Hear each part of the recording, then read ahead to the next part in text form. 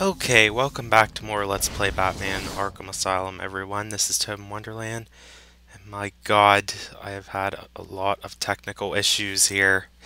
This is my fourth attempt trying to get this video recorded properly, and it finally worked.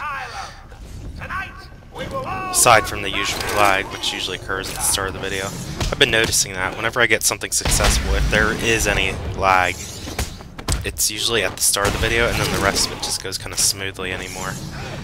But my first three recording attempts, the first time, just like Luigi's Mansion had did, which I sadly had to postpone again because of this issue. Some parts would speed up and then slow down, and the audio would not match with what was shown on the video whatsoever. It was just horrendous. And then the two times before that, or before this one, I should say. This, like I said, this is my fourth time with recording this. The two times before it, I was having issues with Pinnacle Studio, which is the program I use. It said that several frames had been dropped, and when I went back to look, sure enough, some parts of it were just kind of chopped out, like sloppy looking. I wasn't sure if any of them had any lag because I didn't watch them long enough to see, but I wasn't going to show videos where some parts would just like kind of skip and not even show anything at all.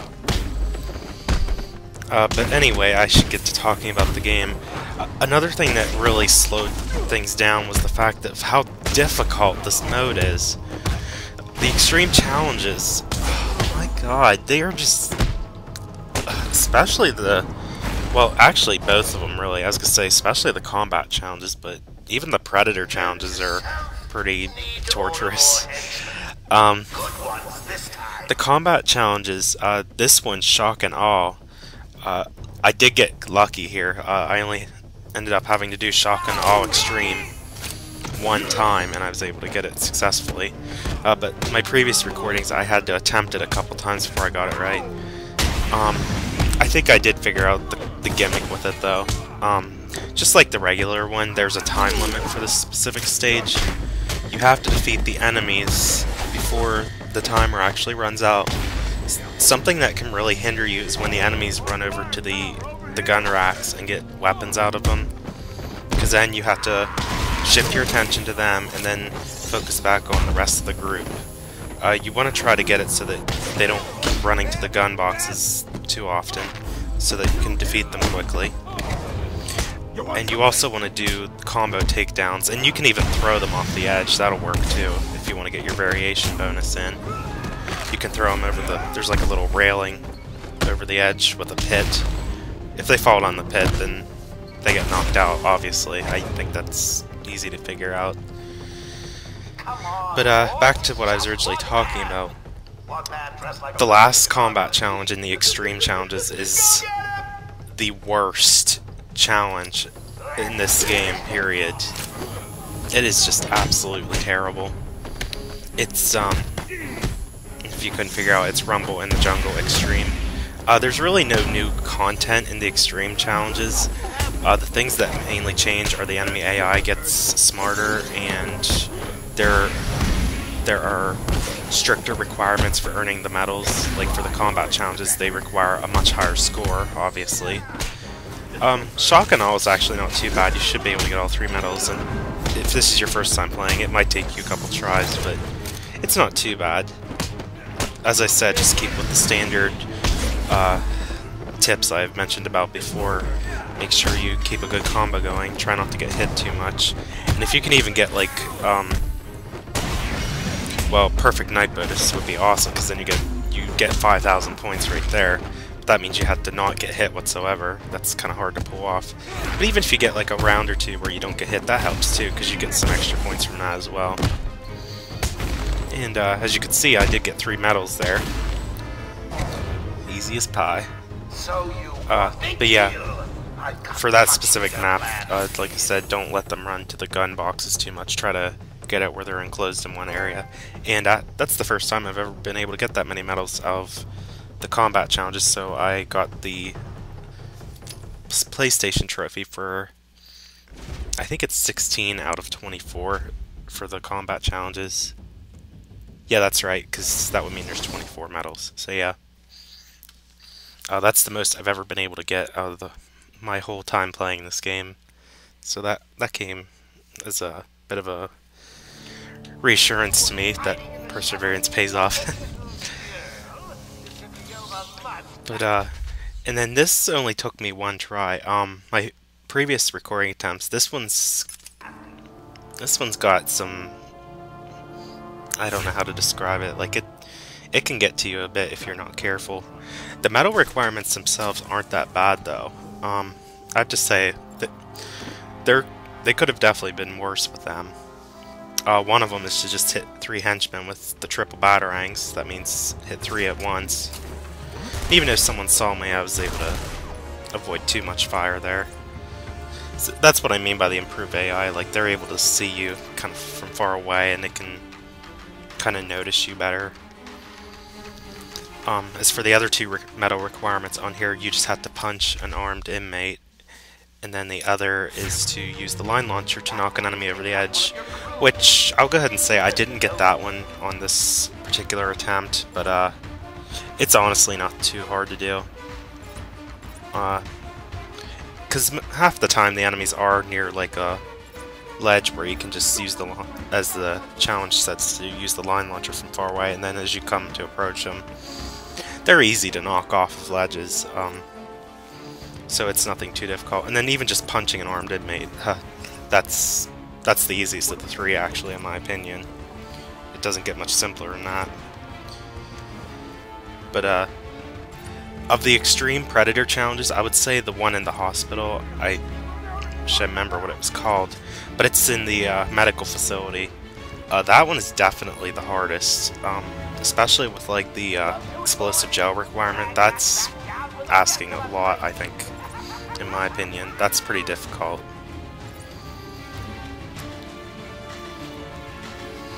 But anyway, and I also did get lucky with this recording attempt. I didn't have to do too many retries. Actually, I didn't have to do any retries on the last challenge or this challenge. The Rumble in the Jungle Extreme, which is the last combat challenge of the regular challenges available to you, that is. That one did take me a few tries, and I'll have to explain about it once I get to it. But in the meantime, there's something else I was going to talk about outside of Batman Arkham Asylum. I'm aware that this is going up pretty close to Christmas, so I think it's safe to say that, you know, go ahead and talk about this. But earlier this week, there was some big news released that the Nintendo company had released in Japan a book called Hyrule Historia, which is a book that has... It's basically an art style book that goes over the different concepts, like concept drawings and different things of Link, Zelda, and even like some of the villains from the Legend of Zelda games. And apparently one of the biggest news was an English translator, or translators, I'm not sure if there was more than one, had found that Nintendo had given the official timeline of the order that the games go in. I'm not sure how much my audience is familiar with The Legend of Zelda, but over the years, oh, by the way, here's Rumble in the Jungle Extreme. I decided to leave in my first attempt just to kind of demonstrate what happened here. And it'd be appropriate that Zaz would kill me. He would. And I noticed the sounds might even synced with the video. Oh, that will get fixed here. I do remember as I was going through this. And he blows a raspberry at me. Instead of showing all my attempts, yeah, I just went to my best attempt. I'm gonna go ahead and say I did not win this challenge as much as I tried. And even in the previous recording attempts, I could not win this for the life of me. A lot of it is just... The only thing I can tell you for this is to not get hit as much, but that's easier said than done. You almost need a little bit of luck and just hit the heck out of that counter button when there's a bunch of enemies crowding around you. And don't ignore the opportunity. Hit that counter button. Unless it's a knife enemy, of course, then you can't counter them, but still. I think that more than anything is what got to me, was that I kept ignoring the counter button and tried to get a little greedy with my combo bonus. But even countering still keeps your bonus flowing, so I don't know why I wouldn't counter, but still. Yeah, that's all I can really tell you. I honestly don't remember how many attempts when I recorded this video. If I would show the whole entire recording, this would probably end up being about an hour. And there's no way I'm going to show that. But in between this attempt and the one that my first attempt, I should say,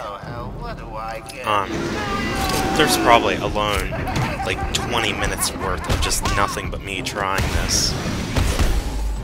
It was just terrible.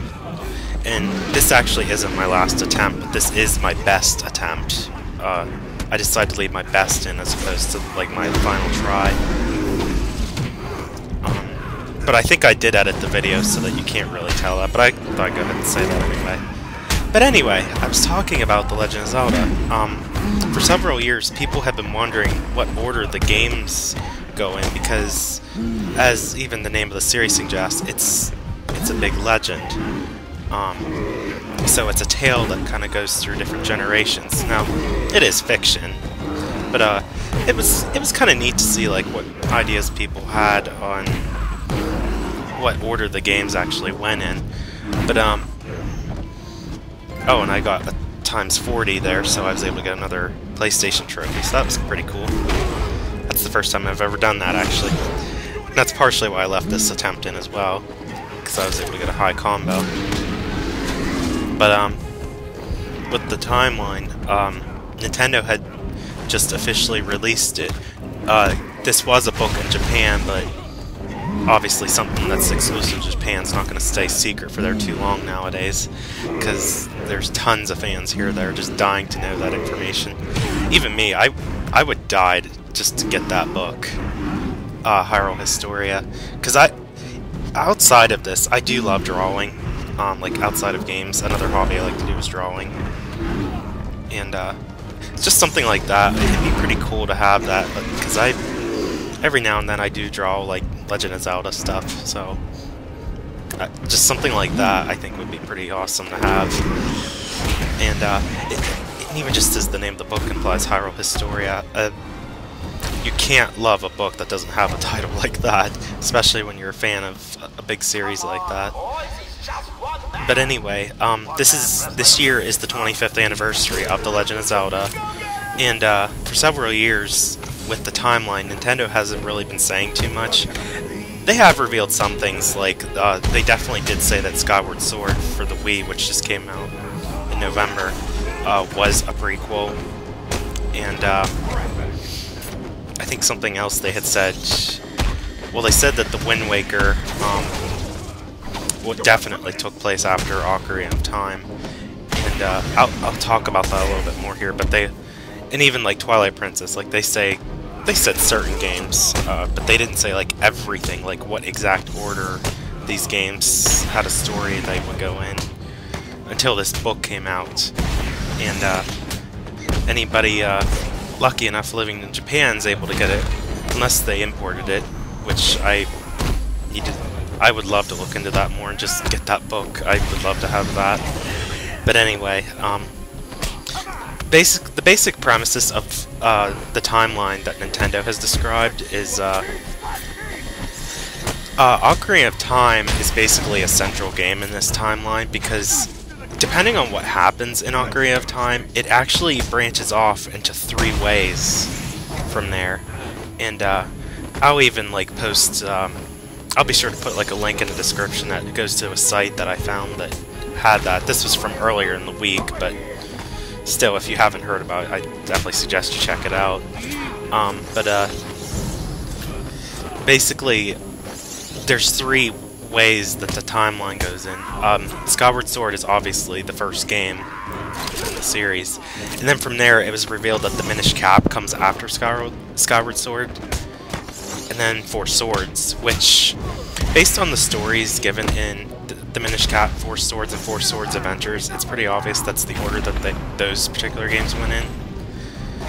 But anyway, it was Skyward Sword, the Minish Cap, Four Swords, and then Ocarina of Time. And then, here was what the big news was. From Ocarina of Time, the timeline branches in 3 ways.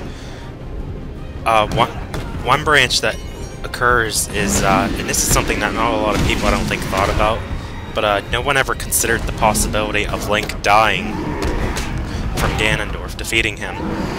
One timeline is created if Ganondorf defeats Link, which, as I said, most people think it's always the good guys win situation. So I thought that was pretty cool that Nintendo kind of had that. That's pretty neat how they were able to get that through. But that's the first branch. The first branch starts as this is what would happen if Ganondorf defeated Link.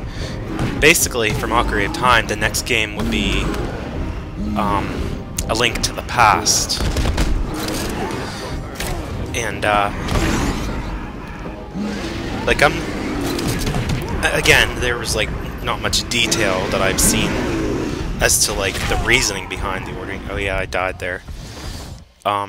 I was so close to winning that, too. That was the last round. I can't believe that. And I got another raspberry from the Joker. But, yeah, like, it goes from Ocarina of Time to A Link to the Past if, Ganondorf defeats Link. And, by the way, we're at the last challenge. I gotta see what this is called. Oh, I do have a zoom in button. Hopefully it'll still record if I do this.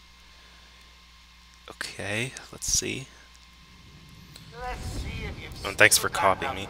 Invisible... I missed it. What was that? Invisible Predator, I want to say? Okay, Alt-Enter. That's what my button says anyway. And, yay, it's still recording. Okay. Even though I zoomed in on it on my little setup that I have right now, it didn't help that much. I still couldn't really read the lettering. I think partially why is because when I zoomed in like that, it distorted it. It wasn't like the best dimensions. Before I finish off with the Zelda timeline, I was going to talk about this quick. The requirements, and I should have gotten one of the medals right here. You have to use the Ultra Bat Claw to pull off 3 henchmen off the railways and knock them out. I easily could have done that right here, and well, I was only able to knock off 2 of them. I don't know why that 3rd one wouldn't die, but that's honestly not that hard to do. Just do it right at the start of the match if you do it the way I did it. If I just slightly maybe changed positions or waited a few more seconds till they kind of like clustered a bit, I probably could have gotten it much easier. But that's how you get the one. Another is to use the Ultra Bat Claw yet again to pull out the flooring from below 2 henchmen, which are, if you remember, even the regular challenge instead of the extreme challenge, they're over there. The problem is the more enemies you defeat, I'm not sure how many it is exactly, but once you defeat a certain number of henchmen, the people who are in that control room where the flooring is that you can pull out from under them with the Ultra Bat Claw, one of them will leave the room to join the others because of the low level of reinforcements, basically. So you gotta kind of do this just right. As a matter of fact, you might even want to do this first and then do the other Ultra Bat Claw requirement second. Again, you can probably do it the way I did it, but it's just the way how they cluster. And that's another thing. It's kind of like opportunist situations because you gotta hope they get in the position you want them to be in. Oh, and the 3rd medal requirement is just appear out of nowhere when an enemy is terrified. And that happens when it's down to... It's usually the last 1 or 2 enemies. And they'll be in a condition known as terrified, where they become more cautious to their surroundings and are kind of nervous. Basically, as it says, you just kind of like appear and get like surprised to see that you kind of pop out of nowhere, really, and that's how you get the medal. That's all you have to do to get it. Nothing too hard. Even though I'm not doing this for the medals, I'm doing this for fun. I still try to do what I can, at least, just to get some accomplishment done. But anyway, finishing the timeline. There's some more games along there as well. I believe from there, in the Zelda timeline there, if if Ganondorf defeats Link, it does go A Link to the Past, and then I believe, if I remember right, it's the Oracle games that come after that, and then it's Link's Awakening. I'm very positive that's the order it goes in, and then it's after that it's the original Legend of Zelda, and then Zelda 2, The Adventure of Link, and that's how that branch of the timeline goes. Now the other two branches, this is kind of the way most people did consider it. One branch is if Link does defeat Ganondorf, the timeline continues from the childhood perspective. It goes Majora's Mask, Twilight Princess, and then Four Swords Adventures. And hooray, I completed challenge mode. And then the last timeline is from the future perspective when Link defeats Ganondorf. It goes Wind Waker, Phantom Hourglass, and Spirit Tracks, and I am out of time for this segment. I would like to talk more about it, though, in a future video. So I do have to record the rest of the challenge maps. I have the downloadable content, which I'll be doing next, and then the Joker maps. So until next time, this is ToadinWonderland, and until then, peace out.